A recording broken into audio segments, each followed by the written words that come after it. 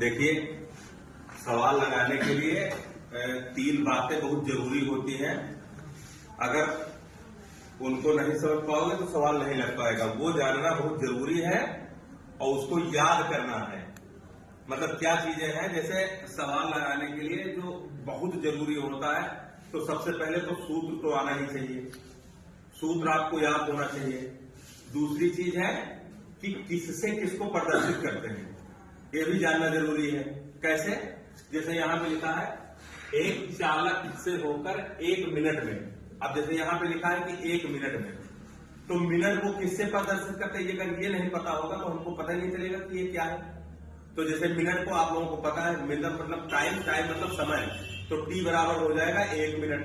ठीक है, तो ये जानना जरूरी। लिखा है 300 कूलाम आवेश, तो 300 कूलाम आवेश का मतलब, जैसे अब तीसरी चीज क्या होती है, तीसरी चीज उसका मात्रक जानना जरूरी होता है।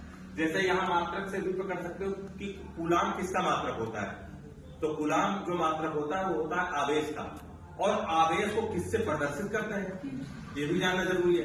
तो आवेश को क्यू से प्रदर्शित करते हैं और उसका जो मात्रक होता है आवेश का वो होता है कूलाम। तो आवेश क्यू बराबर हो जाएगा हमारा 300 कूलाम। फिर नीचे लिखा है कि बहने वाली धारा का मान ज्ञात कीजिए। अब धारा को किससे प्रदर्शित करते हैं, ये अगर पता नहीं होगा तो सवाल कैसे लगाओगे, नहीं लगेगा, क्योंकि हमको पता ही नहीं चलेगा कि इसमें क्या निकालना है, क्या ज्ञात करना है। तो जो धारा होती है, धारा को हम आई से प्रदर्शित करते हैं।